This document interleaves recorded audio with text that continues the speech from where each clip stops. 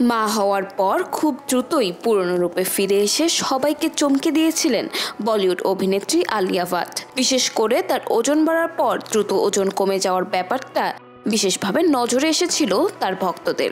কিন্তু কেন ওজন কমেছিল সেসব জানালেন আলিয়া নিজেই। কাজল ও টুইঙ্কেল খান্নার একটি অনুষ্ঠানে সম্প্রতি উপস্থিত ছিলেন আলিয়া ভাট। জানান রাহার জন্মের মাত্র 7 মাসের মধ্যে তার শারীরিক পরিবর্তন দেখে অনেকেই অবাক হয়েছিলেন। সে সময় অনেকে সমালোচনা করে বলেন আলিয়া হয়তো বিশেষ কোনো ওষুধ খেয়েছেন অথবা অন্য কোনো পদ্ধতি ব্যবহার করে ওজন কমিয়েছেন, কারণ সাধারণত মা হওয়ার পর ওজন কমাতে 2 থেকে 3 বছর পর্যন্ত সময় লেগে যায়।